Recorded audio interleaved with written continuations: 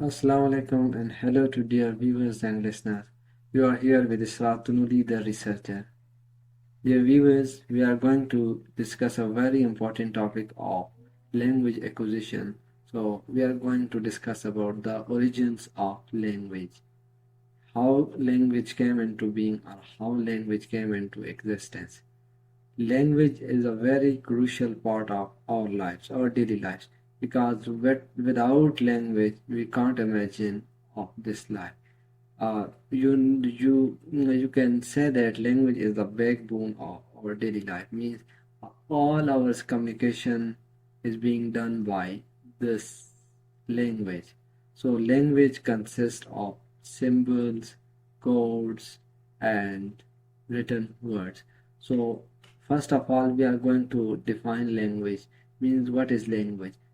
Language is a system of communication used by a particular community for the purpose of communication. Or we can say that a medium of communication used between sender and receiver is called language. In other words, we can also say that language is a structured system of communication consists of grammar and vocabulary. So we can't deny the importance of language in our daily lives. So now we are going to discuss that how human learned language. There are various sources about the language origins. These are the divine source, the natural sound source, the social interaction source, the physical adaptation source, the tool making source, the genetic source.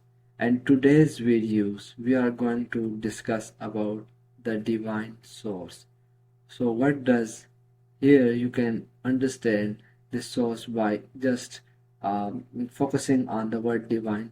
So what does it mean? Divine means God created. So uh, the divine source, I am citing examples from George Jules' book, The Study of Language, in order to explain the divine source of language. In biblical tradition, they considered Adam as the pivotal point, and they think that God created Adam, and whatsoever Adam called every living creature that was named thereof. That was named thereof. So they considered the Adam as the language inventor. While in the divine source of the language, when we look into the Hindu religion, they consider Saraswati, the wife of Brahma, and they considered her as the language originator or language inventor.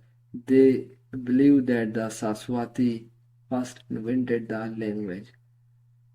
The invention of language is credited to the divine sources in almost all religions of the world. An attempt to rediscover this fact that whether language is divinely created or not, there are several experiments have been carried out over the course of the time and human history.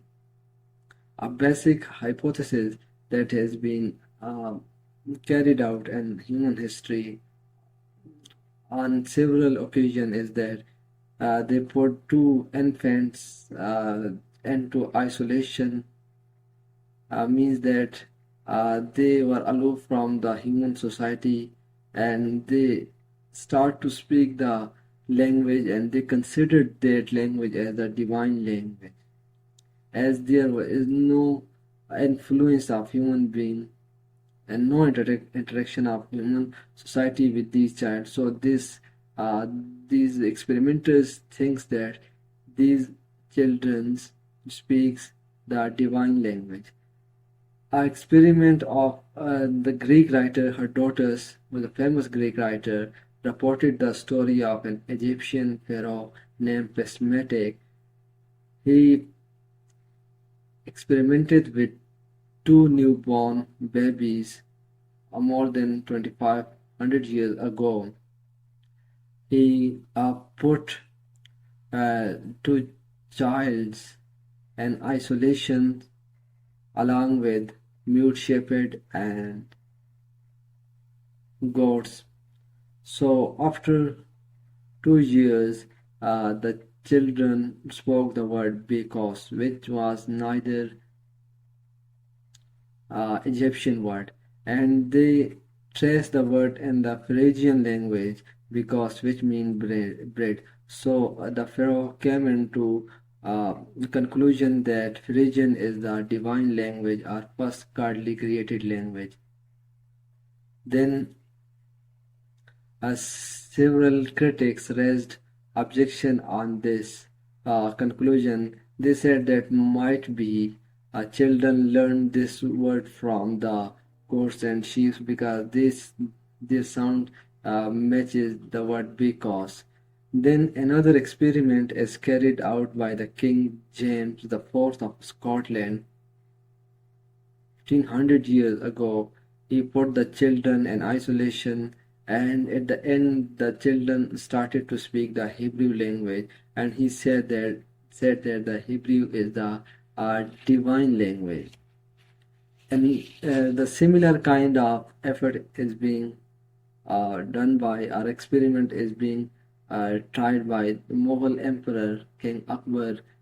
Tried the same experiment, but he didn't get the desired result. He put the children in isolation, but he was not successful because the children came up speechless and they developed no language. So this theory of origin of language is very complex and it is hard to trace that whether which language is divine language. So due to the complexity and this theory, new theories or new sources of language origin came into existence. Then the divine source is followed by the natural sound source. Then there are some lags and lapses in that theory. Then the social interaction source came. Then physical adaptation source came. Then tool making source came, and then genetic source came. So language is not so much means that a simple task that from where the language is being originated. So these are the views. These are the views on the divine source of language acquisition. Hope you had enjoyed this video.